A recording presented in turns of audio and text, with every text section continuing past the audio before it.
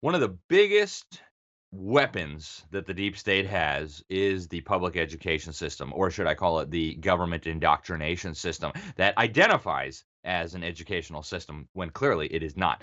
But there are solutions to this. And so, in this little mini series on solutions to the deep state, we're going to talk about pulling your children out of the government's brainwash camps and getting them into private schools. However, you got to do your due diligence. Buyer beware. Stay tuned, and I'll tell you more.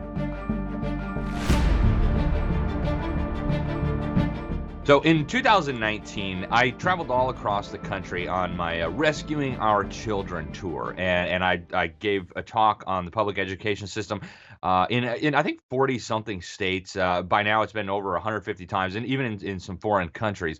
And I think this is the key issue. You know, we've been doing this huge series on the deep state, and we've done a couple episodes on education, but I think really the primary driver of the deep state's agenda, of their war on the church, of their war on the family, of their war on the Constitution, the war on parents, and now even the war on objective reality, right? The fact that God created people male and female.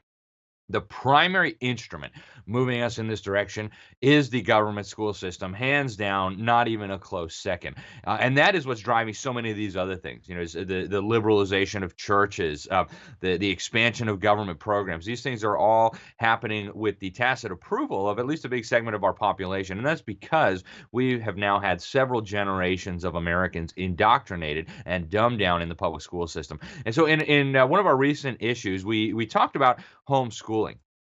And for those who can, I think homeschooling really is the gold standard when it comes to educating children, to giving them a good education, a solid education. It's not for everybody, though, and we recognize that. We understand that. Not everybody can do it financially. Not everybody feels capable of doing it. And I would push back a little bit on that. But for those who are in the camp of, hey, I cannot homeschool, there are amazing private schools all across this country. And on my speaking tour in 2019, I spoke at many of them. I went to many of them. I met many of their leaders. There are just some outstanding educational institutions that I would trust my children to in a heartbeat.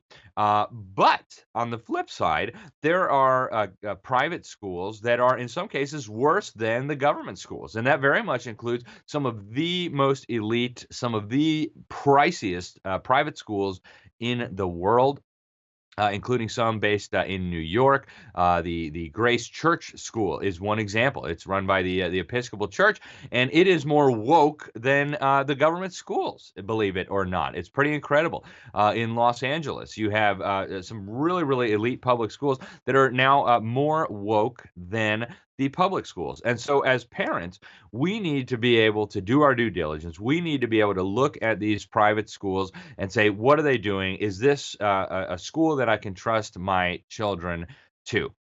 And to do that, I think there's a number of questions that parents should be looking at. You know, when you go to a private school and you want to find out whether this might be a suitable environment for your children, there's a whole bunch of questions that you need to be asking. One of those is, what is the school's view on faith, on if you're a Christian, on Christianity? What is the school's view on the Bible? What is the school's view on teaching things through a biblical lens? If you're Jewish, are they teaching authentic Jewish values? Where are these coming from?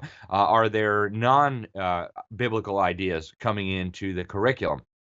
And so you really want to make sure that your child's faith is being nurtured, not undermined. And that's key because a lot of schools that identify as Christian, kind of like the rhinos, we call them the chinos or the kinos, the Christian in name only. They call themselves Christian, but are they really teaching Christianity? And you should be able to determine this pretty quickly. There's a number of markers that you can use. For example, take a look at their textbooks. Some Christian schools, and we have encountered this, are actually using government school textbooks. And if you call yourself a Christian school because you have a prayer in the beginning of the day, but then you're teaching the exact same garbage as the government's indoctrination centers, that's problematic. Okay, that is not the mark of a true Christian school. Um, a second job that you really need to look at these schools for is the child receiving an education that is knowledge based, not ideology based. And this can take a lot of different forms today, but the presence of critical race theory in the schools is a really good indicator that something is wrong. And again, this is something that has really gotten really embedded into so many Christian schools today. This critical race theory, and they might try to put like a Christian spin on it, but if critical race theory is in your children's school, that is a very, very serious red flag, no pun intended. If they're doing, Black Lives Matter week, if you've watched our programs on the Black Lives Matter, this is a thoroughly anti-Christian movement. You know that the founders of this are bragging about communicating with ancestor spirits and making sacrifices to spiritual entities. You know that all three of the co-founders have publicly expressed their Marxism. There's almost nothing that could be more at odds with Christianity than Marxism, with the possible exception of Satanism. But when you're looking at Satanism and Marxism, you'll find there's a lot of synergy there between the two. So if there's Marxism, if there's critical race theory, if there's Black Lives Matter in the Christian school, that's probably a really significant warning sign that you need to look elsewhere. You also want to know, is the curriculum aligned with your religious views? If you're a Catholic, you probably don't want to put your children in a Protestant school. If you're a Protestant, you might not want to put your children in a Catholic school, especially if there are other alternatives there. And that's something that you should be able to determine real quick. And one of the ways you can do that is by looking at a school's statement of faith. What do they believe? And does that align with your beliefs and what you think is at the heart of an education? And for Christians, I think this is very clear, right? God explains that education needs to be Christ-centered. In fact, in the Gospels, it says twice that if you're not with Christ, you're against Christ. And so if your school is not with Christ, you probably want to consider that seriously if you're a Christian. On the academic front, there's a lot of important things to be considering as well. Yes, you want to find a school that's aligned with your faith and with your values and your moral principles. You also want to find a school that's going to have solid academics. And one very, very quick way of ruling out a school is to find out if they have aligned their program with Common Core. If they have, in my opinion, that should be an automatic no. Go back and watch the episodes that we've done on Behind the Deep State about the true nature of Common Core, not just the nationalization of education, but the globalization of education.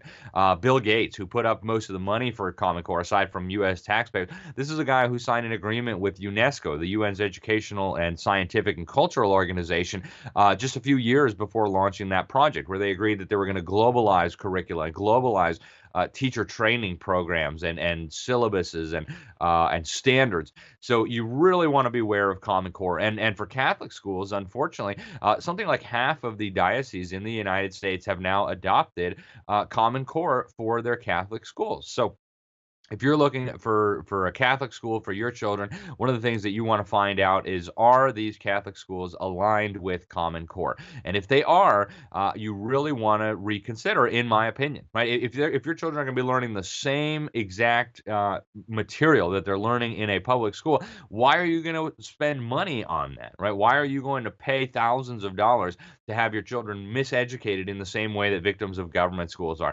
So I would recommend very, very seriously considering that. And if it's aligned with Common Core, you really want to think twice about that. If not, find another option. You want to find out also, are parents invited to be a part of this, or are parents seen as somebody that needs to be excluded, somebody that needs to be kept in the dark? What is the school's attitude toward parents? And if it's a problematic attitude, you really, really want to beware, because parents in the Bible are the primary educators of children. In fact, as you read the Bible, you'll find over and over and over again that parents are to really lead the education of their children. And that doesn't mean that they can't delegate some functions to tutors and to churches and to schools and things like that, but really parents should be in the driver's seat. And if the school treats the parents as some sort of invading hostile force that needs to be kept at arm's length, you really want to do some digging there and look into this, because that is a serious red flag. That's a serious warning sign. Another thing that I think is crucial is, how does the school teach reading? And this is something, it seems like a small issue. It's just one component, but I think it really reflects much more broadly on the ideas of the school, the leadership of the school.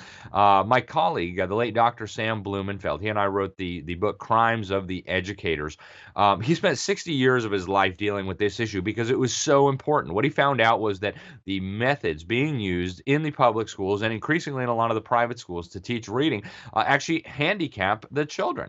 And this has been known since the 1840s when these ideas were first tried out in the government schools under Horace Mann in Massachusetts, really right at the dawn of the government school movement in America. It was exposed as quackery. Again, over 150 years ago, this was exposed as quackery. And yet we still find this in Common Core schools all across America today. So you want to be really careful. How is reading taught? And you want to also check there, because a lot of times they'll say, oh, yeah, we teach phonics. Don't worry. And in fact, some of the Common Core people will tell you, oh, Common Core has phonics in it. Yeah, after in kindergarten, you have them memorizing sight words and you build this flawed reflex in them. So go back and watch those episodes that we've done on this. Guys, illiteracy and the hatred of reading is such a big problem, but it doesn't have to be. And so when you find a private school that you entrust your children with, you've really got to make sure that reading is being taught the correct way, and that is through systematic, intensive phonics. And don't let them tell you that, oh, kids need some sight words, kids need to memorize some words. That's baloney. It's absolute baloney. And you can look at the research, you can look at the science, you can look at the studies. You can get a copy of Crimes of the Educators, and you'll see that this is plain quackery, plain and simple. Children need phonics, and that's all that they need. So check out what the school is doing for teaching. You also want to look at their history books. Okay, fake history is really one of the primary ways that the elites, the establishment, are undermining the foundations of our nation. And so you want to make sure that legitimate history is being taught. Get a copy of some of the history books. Talk with some of the history teachers. See what they think. And unfortunately, there's in our private schools, there's a situation where a lot of these teachers really are well-meaning. They really are decent men and women who are teaching. They really do want to do the right thing. But you got to understand, a lot of times they went through the same indoctrination program that everybody else did. And then they got 4 more years of it to get an education degree from some government-run college, where it was basically 4 years of ideological training and Marxism and training and discipling and quackery, like the whole word method. So you really want to do your due diligence here, folks. And that's why I say homeschooling is the gold standard. If you can't do that, find a good private school, but make sure it's a good private school. There should be nothing more precious in your life than the well-being, the education of your children. And I tell people, you wouldn't just trust some random stranger to walk into your house and start teaching your kids, right? And for good reason. What if they taught them things that are idiotic or evil or dangerous? So you wouldn't just trust a random stranger with your kids. Why would you just trust your kids to some random strangers running a school, whether that be a government school or a private school, right? You've got to do your due diligence. If you don't protect your children, if you don't do the due diligence, nobody else is going to do it for you, okay? And in this day and age, you can't just trust some accreditation program. You can't say, oh, the government certified that they're legitimate, and so everything's going to be fine. And then finally, I want to give a word of caution, folks. Our private schools and our educational liberty are already under assault, and that assault is going to escalate in a massive, massive way. Back in 2015, the UN Human Rights Council, and it really, if there ever was a joke of an institution, it's the UN Human Rights Council. They put some of the most brutal mass murderers and gangsters and serial human rights abusers on this council, and then they sit back and they criticize countries because they don't have enough welfare programs, or there's not enough women in the workforce, or random things that they choose. Meanwhile, they praise mass murdering dictatorships. Just recently, you had the foreign minister of China stand up and say that what was going on in Xinjiang or Xinjiang, whatever, the Western China where the Uyghurs live, and what was going on in Tibet were an example of the progress that they're making on human rights. Right? If you think genocide is progress on human rights, you'd really like the UN Human Rights Council. But they have now passed a resolution ordering or purporting to order governments to monitor and to regulate private schools and to force them to teach the same international standards that everybody else is moving toward. So this is a real battle that's coming, folks. We've already seen the beginnings of this in the state of New York. The government has been now waging war on the Jewish schools, on the yeshivas, because they don't teach enough government nonsense. They don't satisfy all the government requirements for what nonsense needs to be taught. And so we can expect in the years ahead much more many more attacks on our private schools, a much more vicious effort to take down and to standardize our private schools. And I think a part of this, and unfortunately, a lot of conservatives and very well-meaning people who we agree with on just about everything, now are moving in this toward this idea that the government ought to start funding our private schools. Folks, that is incredibly dangerous. The reason being, once the government starts funding it, then the government starts regulating it. And so, the Freedom Project Academy, that's a school where I teach advanced economics. It's actually an affiliate of the New American Magazine, a wonderful, wonderful online private school. That's one of the reasons we will never take a penny of government money because the courts have ruled and legislatures have long understood that once the tax money starts flowing, the regulations will follow almost immediately, right? And you can hear the arguments now. The totalitarians will say, "Hey, we've got to have accountability. Right? The tax money is going to these private schools, and they're teaching kids that the Bible is true. They're teaching kids that that America was founded on the ideas of liberty. Right? They're teaching kids that homosexuality is a sin. We can't have that at taxpayer expense, and so that's the real threat, guys. So we've got to be very careful about that. It's not to say that all tax credit programs that there's something wrong with those. In fact, there are some that are designed very well to try to resist these pressures. But we've got to be careful because our educational liberty is already under threat. They've already made clear that they're going to be coming after homeschoolers. They're going to be coming after our private schools. We have got to stand firm in defense of our educational liberty. Right now, we've got probably a fourth of all children in America educated outside of the government system. That's progress. Hopefully, we can keep moving the needle, maybe move it up to 50%. That would be great. But for that to be meaningful, for that to be important, we've got to preserve the independence of our Christian schools, our Jewish schools, our private schools, and of course, our home schools. It's critical, folks. This is one of the primary fronts in the battle against the deep state. That's because, again, the education of children is one of the key weapons of the deep state in moving us away from liberty, in moving us toward a post-Christian civilization.